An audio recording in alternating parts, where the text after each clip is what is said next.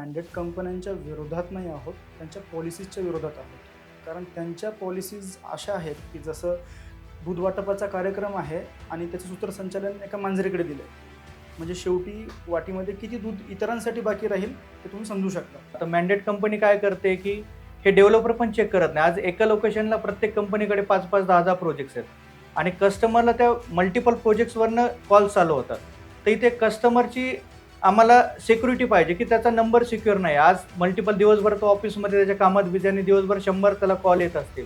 ह्याच मॅन्डेट कंपनीने आज काय केलं की IT पार्कमध्ये जाऊन त्यांच्या ज्या एम्प्लॉय आहेत त्यांना सांगितलं की तुम्ही कस्टमर घेऊन या, आम्ही तुम्हाला हे पेआउट देऊ म्हणून.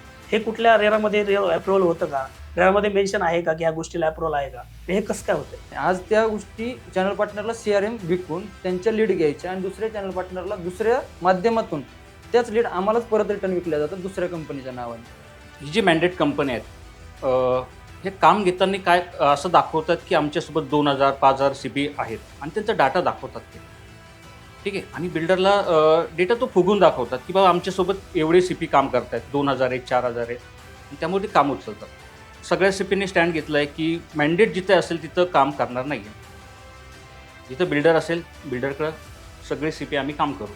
कस्टमर जेव्हा मार्केटमध्ये जाते तेव्हा एका प्रोजेक्टचा डेटा आहे दुसऱ्या प्रोजेक्टचा डेटा तिसऱ्या प्रोजेक्टचा डेटा चौथ्या प्रोजेक्टवर हे चालूच आहे आणि त्याच्यामुळे कस्टमर ह्याच्यात खूप वैतागलेला आहे आणि कस्टमर ह्या सिच्युएशनला कुणाचे कॉल न घ्यायचा प्रयत्न करत आहे, अवॉइड करत आहे. त्याच्यात आमचे पण नंबर्स असतात, आमचे पण कॉल कस्टमर घेत नाही.